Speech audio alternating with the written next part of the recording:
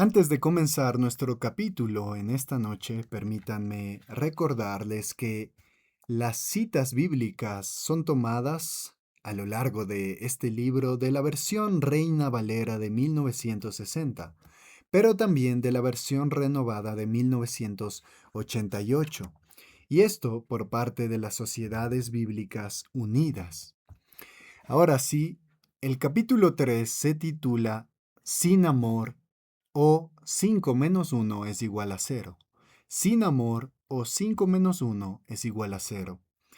Primera de Corintios capítulo 13 versículos del 1 al 3 dice, aunque hable las lenguas de hombres y de ángeles, si no tengo amor, me he convertido en latón resonante o címbalo que repica.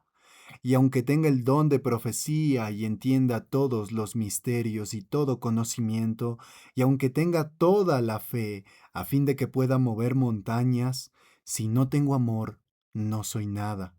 Y aunque otorgue todos mis bienes para alimentar a los pobres, y aunque dé mi cuerpo para ser quemado, si no tengo amor, no me beneficio de nada.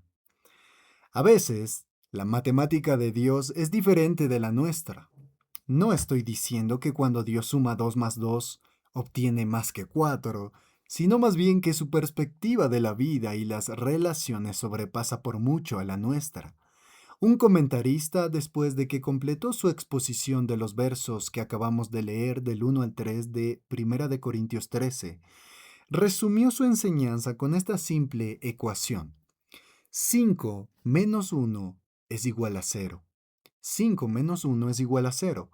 Pablo aquí menciona 5 actividades. La primera es hablar en lenguas de hombres o de ángeles. La segunda, tener el don de profecía y entender todos los misterios y todo conocimiento. La tercera, tener toda la fe para remover montañas. La cuarta, dar los bienes para alimentar a los pobres. Y la quinta, entregar su cuerpo para ser quemado. Todo esto era importante para, o estaba presente en la vida de la iglesia corintia, y todo estaba potencialmente vacío sin la gracia del amor. Hay un sutil pero muy importante cambio del capítulo 12 al capítulo 13. Mientras describe del amor, Pablo personaliza su descripción con el pronombre yo. Él se está ocupando de un problema muy real existente entre los creyentes de Corinto. En medio de las cosas maravillosas que Dios ha hecho con ellos, la presunción se arrastraba dentro de sus vidas. Ellos parecían haberse deslizado de un modo de pensamiento en el cual se felicitaban ellos mismos por sus logros espirituales, como si fueran responsables de estas cosas. Ahora inflados con arrogancia, ellos deben considerar sus acciones y dones y experiencias, e incluso los de Pablo mismo, a la luz del amor. Este es un método fascinante de comunicación. No es simplemente señalarles con el dedo. Él hace eso en otras partes de la epístola, como notamos en los capítulos 5 y 6. Es más bien un maravilloso recurso para tratar de comprometer sus corazones por la vía de sus mentes. Ellos debían considerar estas cosas, dado que ellas se aplican no solo generalmente, sino incluso al gran apóstol mismo. Su uso del yo hace a este capítulo muy personal, y esa es su intención. Mientras él escribe estas palabras, su preocupación es que cada uno, ya sea escuchando o leyendo, se incorpore a sí mismo a sus descripciones y examinen sus propios corazones. 5 menos uno es igual a cero. Sin amor, incluso las mejores acciones son sin valor. Sin amor, incluso las mejores acciones son sin valor. ¿Qué es el amor? Podríamos preguntarnos. Nuestro apóstol no hace ningún intento por definir amor en este pasaje. Su propósito no es un análisis exquisito o una precisión técnica de la definición, más bien, él está preocupado con la descripción. Esperaremos en vano encontrar una definición clara de la naturaleza del amor en estos versos. Pablo aborda al amor de la forma en la que podríamos hablar de una flor. ¿Qué es una flor? Pocos si alguno de nosotros, respondería con una definición científica o técnica. Por el contrario, trataríamos de usar nuestros poderes de descripción. Uno podría hablar de una bella flor, radiante en color y fragancia, mientras que otro podría describir el tallo y el brote refulgiendo en el rocío matutino. Cada descripción reflejaría el pensamiento del individuo, de la misma forma que un tulipán difiere de una rosa y ambos difieren de una orquídea. De esta manera, las variadas descripciones diferirían y aún así todas serían verdad. Pablo, en 1 Corintios 13, no es exhaustivo en su representación del amor, más bien es sugerente. Como un pastor sabio, con las necesidades peculiares de los cristianos de Corinto en mente, él presenta al amor en la faceta más adecuada a su necesidad. Hay mucho más en el resto de la escritura para complementar una definición de amor. Hay un asunto que necesita ser aclarado en este punto. Un concepto popular, comúnmente esparcido en los púlpitos y estudios de la Biblia, distorsiona las palabras para amor usadas en el lenguaje griego del Nuevo Testamento. Dice que la palabra ágape es una palabra especial para el amor de Dios, un tipo de amor divino sacrificial, mientras que filia es una palabra menos poderosa, usada para amistad y un poco más. Esta idea necesita ser examinada más de cerca. No muy lejos de nuestro contexto, en el capítulo 16, versos 22 y 24, encontramos a Pablo usando estas dos palabras griegas muy próximas. Examinándolas en inglés no se puede percibir ninguna diferencia en el significado entre ellas. En el verso 22, la falta de amor hacia el Señor Jesucristo trae una maldición, mientras en el verso 24 el autor expresa su amor por todos ellos. En ambos casos, el amor es un profundo apego del alma completa. Uno usa ágape y el otro usa filia. Pero lo que es sorprendente es que el verso 22 usa una forma de filia y el verso 24 usa ágape. Esto no es lo que se esperaría si el concepto citado anteriormente fuera correcto.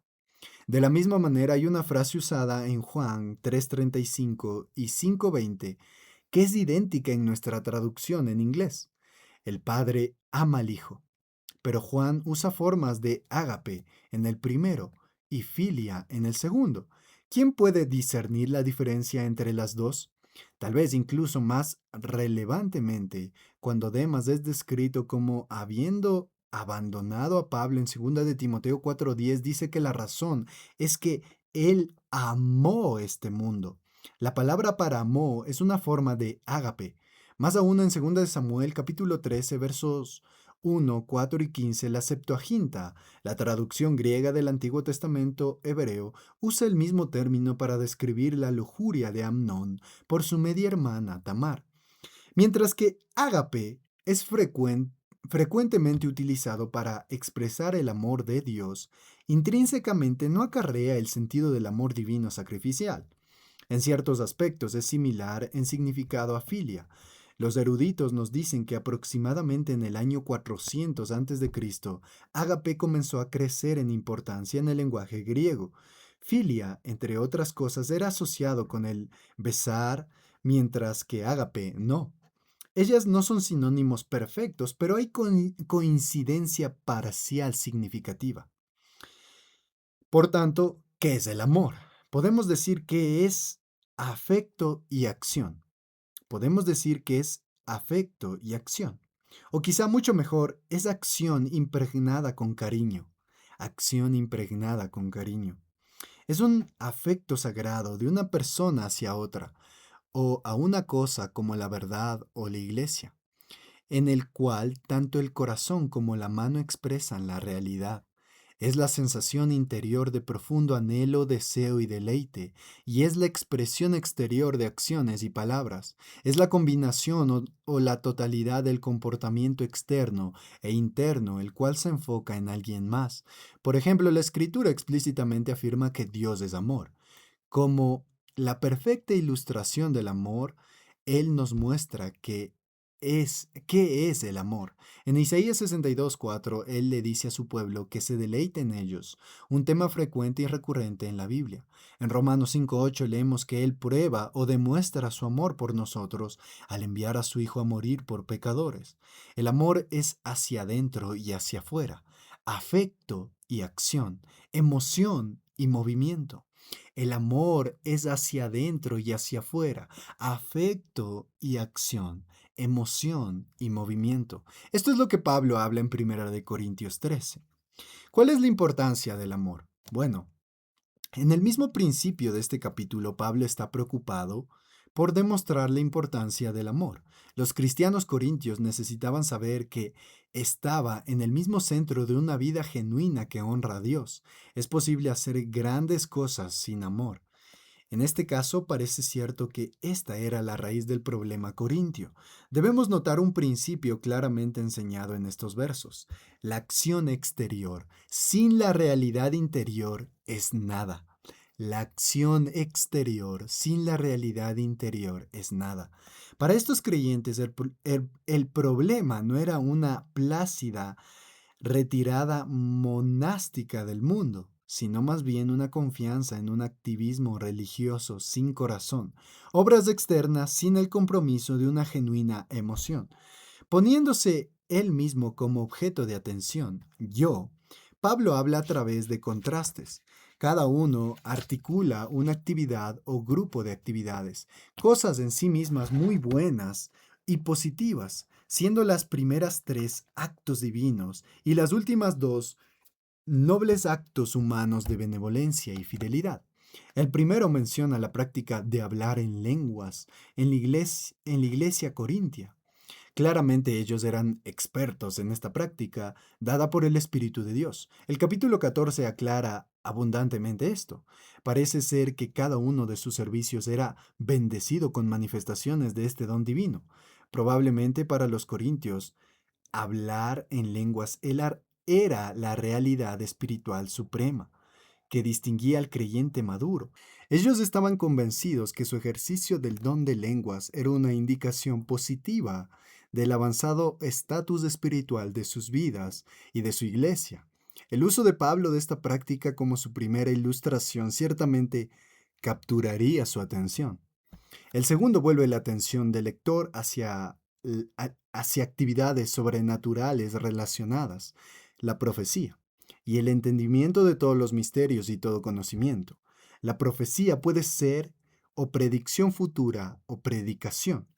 Todos los misterios son las cosas que Dios mismo ha escondido de algunos solamente para revelarlo a otros, mientras que el conocimiento puede ser la posesión de todos los hechos observables conocidos del universo creado, siendo virtualmente omnisciente.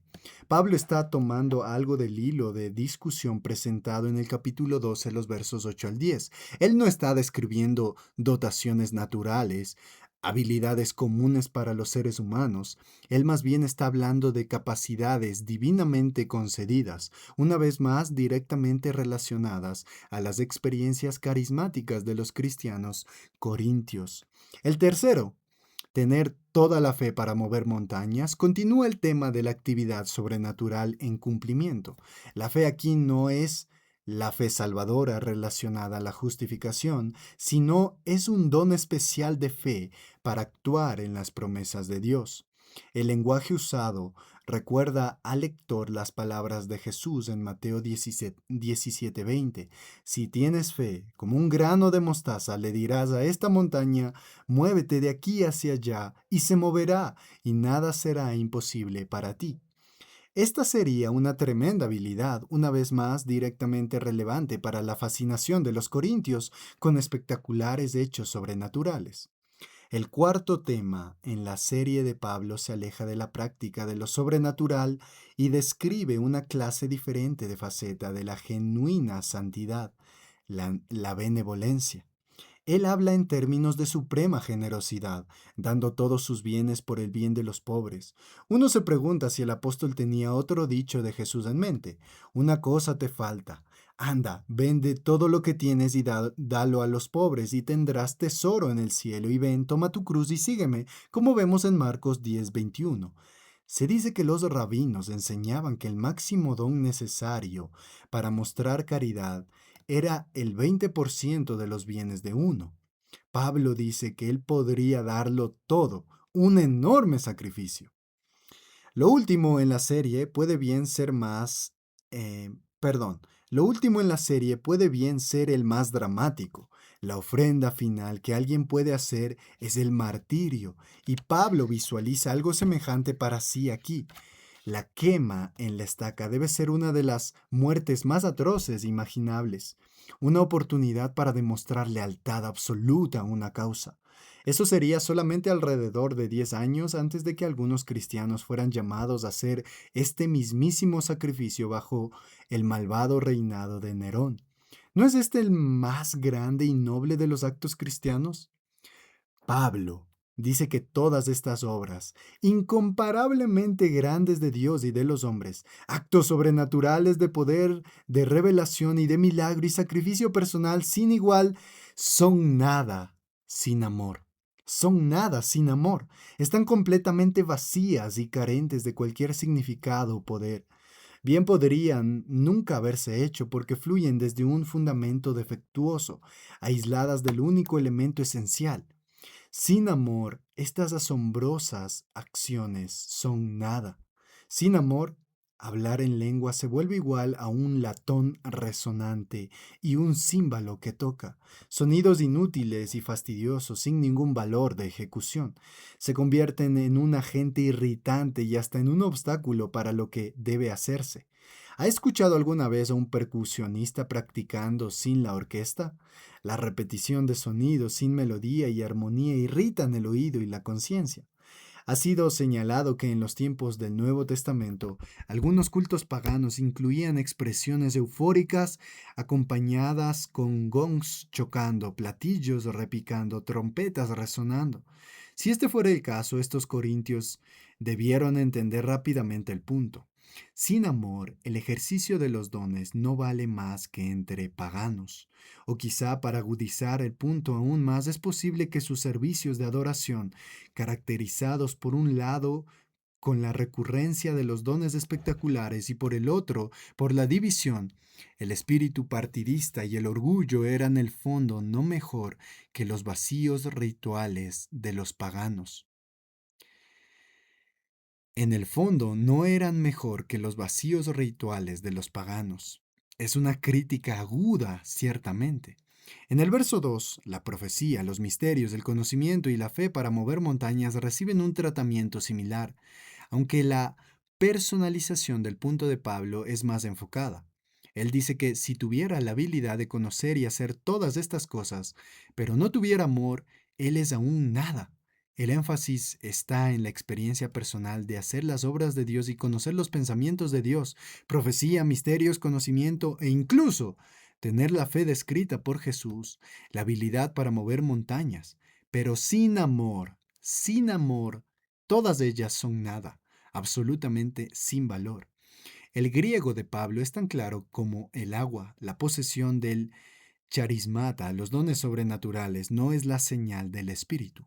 El amor cristiano lo es. El conocimiento y la sabiduría en todas sus formas, como quiera que sean expresados, son nada, sin valor, inútiles, vacíos, cero. El contraste, comenzando en el verso 3, se vuelve a los sacrificios personales que Pablo podría hacer, dar todos sus bienes a los pobres y ofrecer su cuerpo para ser sacrificado. Estos son los extremos de la benevolencia y la dedicación, los más asombrosos hechos que un humano podría hacer, pero sin amor ellos son nada. Son solo hechos egoístas, pretendidos para inflar el orgullo del individuo y el único beneficio, entre comillas, si se puede llamarlo así, es el sentido pecaminoso de realización que acompaña a la obra. Aparentemente no solo es posible ganar el mundo y perder el alma, es también posible dar todo el mundo y perder el alma. Debemos recordar las palabras de Jesús acerca de esos que hacen sus obras de caridad delante de los hombres. Como mencionó en el Sermón del Monte, Mateo 6 del 1 al 4. Su recompensa será encontrada solamente en los vacíos aplausos de los hombres. Estos grandes actos no traen nada de valor a la vida de uno, si no están acompañados de amor. Incluso como apóstol, sin el amor como el ambiente de emoción y acción, Pablo es nada en lo que hace, porque 5 menos 1 es igual a 0. Pero ¿cuál es el meollo del asunto? La personalización de estas verdades estaba dirigida a hacer a los corintios pensar en la aplicación de estas verdades para sus propias vidas. De la misma manera nosotros debemos personalizar esta enseñanza. Un comentarista escribió de este pasaje de la siguiente manera, y lo ilustra muy bien cómo esto debe ser hecho. La forma más fácil de trasladar este párrafo de su situación a la nuestra es simplemente darle una nueva expresión, en términos de cómo piensa uno acerca de su propia vida para ser espiritualmente significativo. Por ejemplo, si yo predico con la brillantez de Pablo o Crisóstomo, pero no tengo amor, o quizá, si yo escribo un comentario de Primera de Corintios 13, pero no tengo amor, etcétera, etcétera. Podríamos fácilmente expandir esta idea. Aunque yo instruya a mis niños en casa y cuidadosamente ordene mi familia, aunque yo sirva como oficial o maestro de escuela dominical en mi iglesia, o aunque yo sirva como profesor en un seminario teológico, lea solamente lo mejor de los libros cristianos, aunque yo pague mis impuestos y ponga orden todas mis deudas, aunque yo visite a los enfermos y ancianos y dé generosamente a mi iglesia, aunque yo críe a mis hijos para ser misioneros extranjeros, pero no tengo amor, no soy nada. Yo soy nada. Esta es una perspectiva sorprendente en nuestras vidas cristianas. Pone en dudas nuestros valores y nuestras propias percepciones. Son las cosas que parecen tan importantes para nosotros, cosas que son el mismísimo corazón de nuestras identidades cristianas, verdaderamente motivadas por esta gracia, o las hacemos por otras razones. Otro autor ha escrito, si Pablo estuviera dirigiéndole la palabra, si Pablo estuviera dirigiéndole la palabra a la iglesia moderna, tal vez él, para imprimir la aplicación, adicionaría: ustedes, cristianos, que prueban su espiritualidad por la cantidad de información teológica que amontonan dentro de sus cabezas, les digo que tal conocimiento por sí mismo no prueba nada. Y ustedes que afirman la presencia del Espíritu en sus reuniones, porque hay un cierto estilo de adoración, sea formal y majestuoso o exuberante y espontáneo, si los patrones de tu adoración no son una expresión de amor, estás espiritualmente en bancarrota. Todos, absolutamente todos, necesitamos examinar nuestros corazones. ¿En qué áreas de la vida cristiana crees tú que destacas? ¿En qué aspecto del servicio cristiano estás tú involucrado? Lo que sea que tú hagas, si lo haces sin amor, es nada. Permíteme decirte esto, mi amigo. Piensa acerca de tu vida honestamente. Considera las áreas en las cuales tú percibes fortaleza y entonces pregúntate si tú tienes amor. Los corintios eran culpables de poner una pluma en sus gorros cada vez que hacían algo para Dios, y entonces asumían que ellos eran importantes. Eso es como un hombre que maneja cierto trecho y entonces se jacta de todos los puentes por los que pasó. ¿Lo hace esto importante? Bueno, tampoco las acciones de los corintios. Sin amor, ellas son nulas y vacías, totalmente inútiles. Aún así, ellos se jactaban de ellas. Qué tergiversación tan extraña de la realidad. Pero todos hacemos lo mismo frecuentemente. Que Dios nos ayude a amar. Hay otra aplicación clamando por nuestra atención. Debo hacerla con referencia a mi propia tradición doctrinal, pero podría aplicarse a muchos otros agrupamientos teológicos y denominacionales también. Si el diagnóstico es cierto de su tradición eclesiástica, por favor tome el remedio. Los evangélicos como un todo y frecuentemente aquellos que abrazan la fe reformada en particular pueden ser propensos a un pecado dominante, directamente contrario a lo que está escrito en estos versos, porque vivimos en un mundo tan opuesto al Evangelio y en la cultura cristiana que está frecuentemente confundida, porque es inundada con errores y desacuerdos. Somos en ocasiones culpables de violar estos principios. Somos fácil y rápidamente propensos a caer presa de nuestro conocimiento. La fe reformada ha sido conocida siempre por su cuidadoso estudio de las Escrituras, sus bien desarrolladas declaraciones de teología, su excelente percepción de la plenitud de la enseñanza cristiana. Infelizmente, también a menudo ha sido marcada por una ortodoxia fría y un espíritu triunfante, superior a aquellos que difieren. Repetidas veces ha habido conocimiento sin amor, olvidando las palabras escritas antes en este libro. El conocimiento envanece, pero el amor edifica. Nuestras bien desarrolladas afirmaciones de doctrina y práctica no son manejadas con compasión y paciencia, sino con orgullo de conocimiento y fuerza de expresión. Que Dios nos perdone. Debemos ponernos en guardia contra este peligro en nuestros propios corazones. Muy a menudo yo he pecado en esta mismísima área, contento de conocer los detalles de la verdad y listo para denigrar a otros que difieran. ¿Tienes tú amor?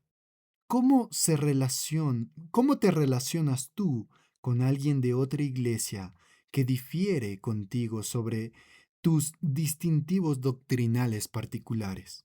¿O con quién, o con quien tenga un punto de vista escatológico diferente al tuyo? O muchas otras cosas más.